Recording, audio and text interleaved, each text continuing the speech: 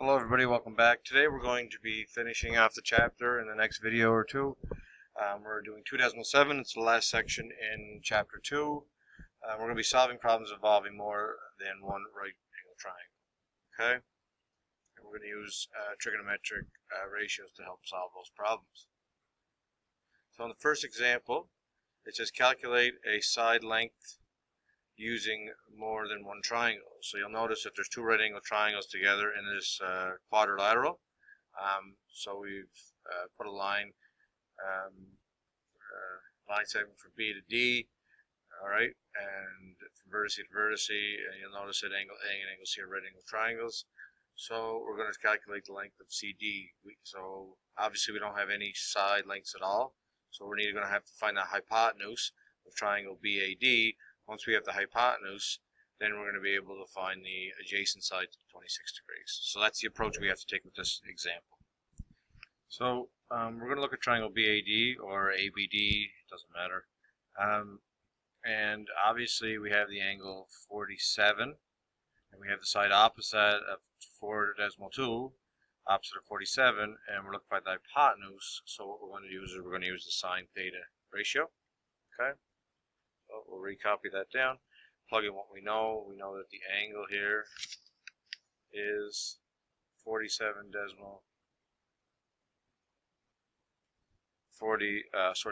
degrees. The opposite side we know is 4.2, and the hypotenuse is what we're looking for, and that is the length from B to D. And you can call lowercase a if you want, it's up to yourself, it doesn't make any difference. Alright?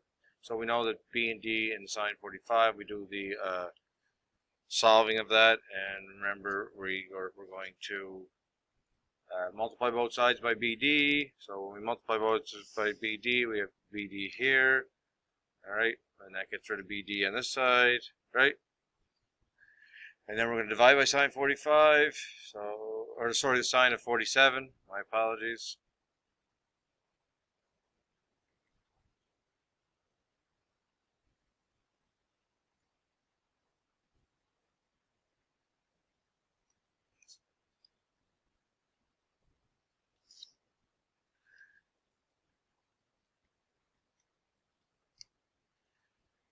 What's going on there? I'll have to just go in and do it. Divide both sides by the sine 47,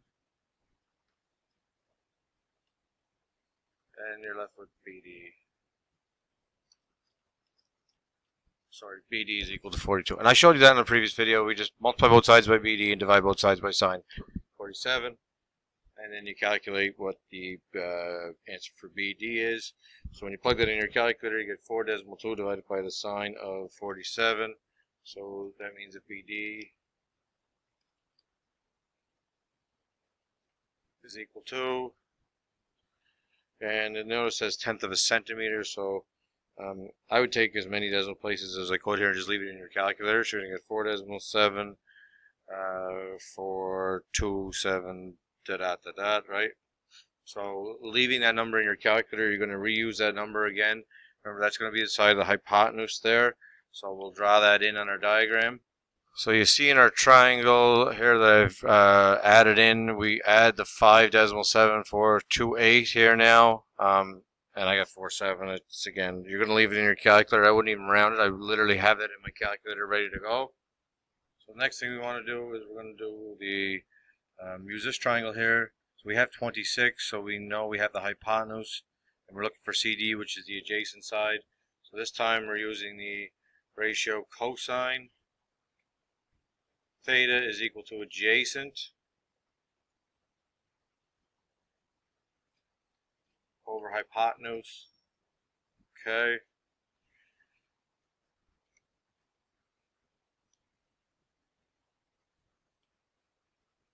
So we fill in what we know. We got the angles 26 degrees.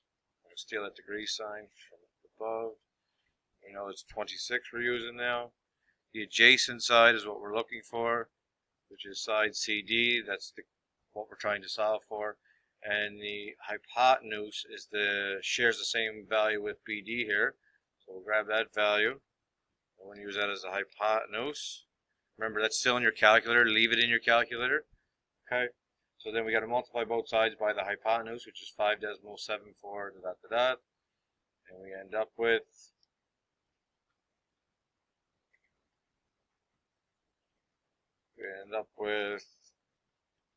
CD is equal to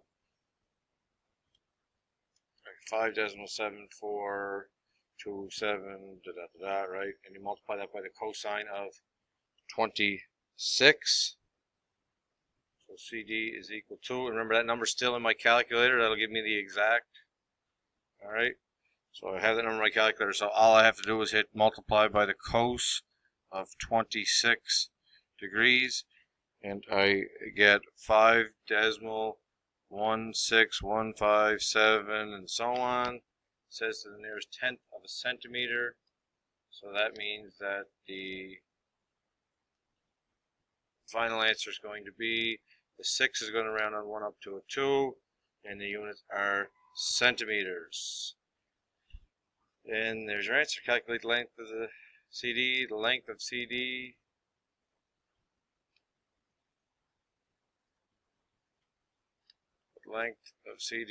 is approximately 5.2 centimeters. Centimeters. And that's it for example 1. And there's a check your understanding. You can try that and see what you get with that one. Example number 2, this is solving a problem with triangles in the same plane.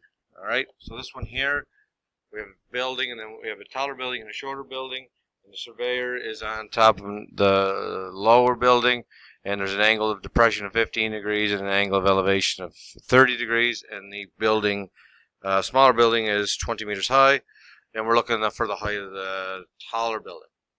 Okay, so what we need to do here is we need to break this up into some triangles first. So sometimes you want to clear a diagram, so I'm going to break that up now. So I just broke the triangle up a bit. We're looking for the distance from P to R, essentially. So that's basically from the bottom where the ground is right up to the top of the taller building here. So we know SR is 20, so we're looking for PS, right? We can't find the length for PS because we don't have any other measures. However, with this 20 meters and this 15 degrees, we're able to find this value here, this dotted line, which will be the adjacent side to 15 degrees. And it'll be also the adjacent side to 30. So that's what we're going to do here first. So since we're looking for the length from S to Q, or QS, and that's the adjacent side to 15, and we have the opposite side to 15 degrees, which is SR, that means we're going to use the tangent ratio. Okay? So the first thing what we're going to do is we'll put in the 15. We know the side opposite of 15 is 20.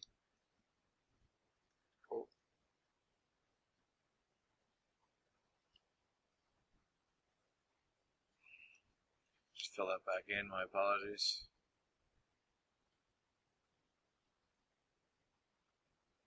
And fill 15 degrees in. The opposite side we know is 20 meters, and the adjacent side we're looking for, that is the length from S to Q. Okay? From S or Q or QS, right? Whatever you wish.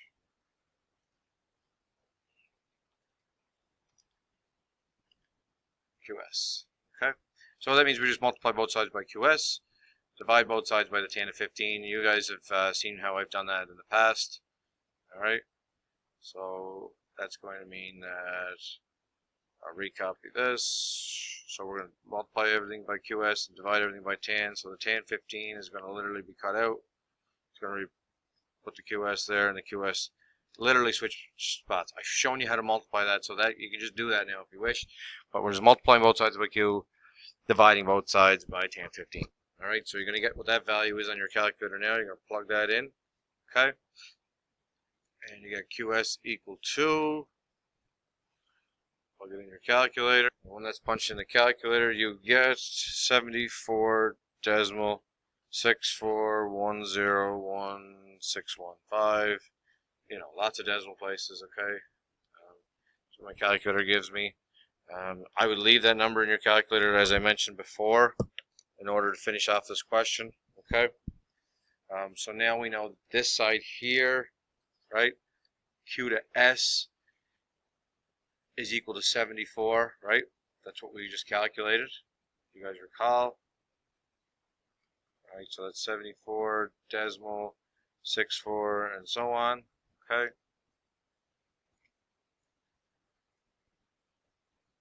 That's what that length equals. But now what we're going to do is we're going to use the triangle PQS, right, to find the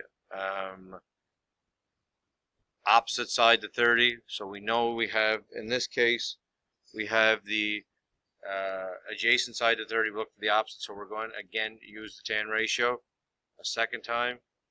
Okay.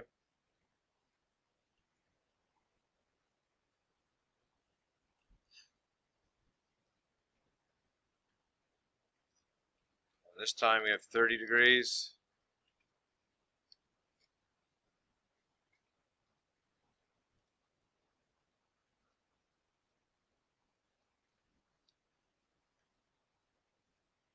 So put 30 degrees in this time. The opposite to 30 is what we're looking for. So that side there is actually called PS. Oh.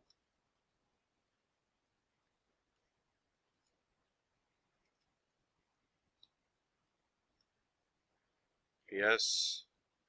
The adjacent side is what we found, so we're going to take this number that we found here, and we're literally going to plug it in. Just leave it in your calculator, folks. Okay? Just leave that number in your calculator, do not round. And then to calculate PS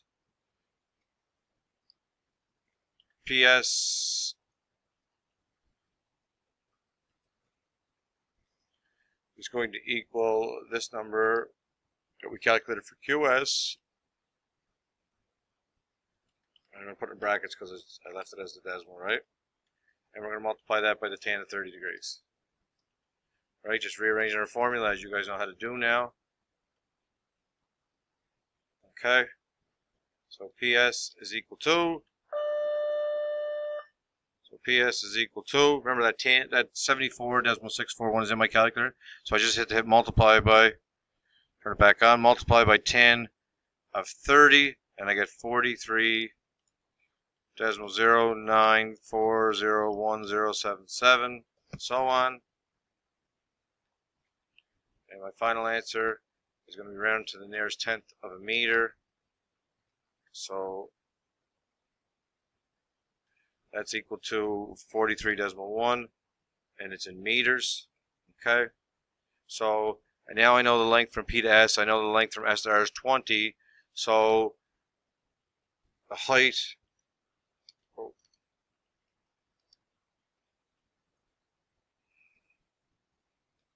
So the height of the building.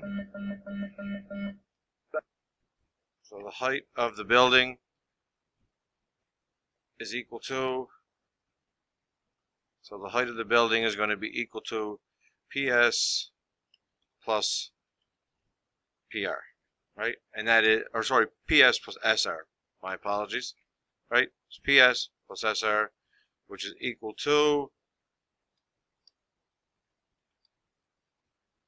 41.3 plus 20, which is equal to 63.1 meters. Determine the height of the building. So now we just say the height of the taller building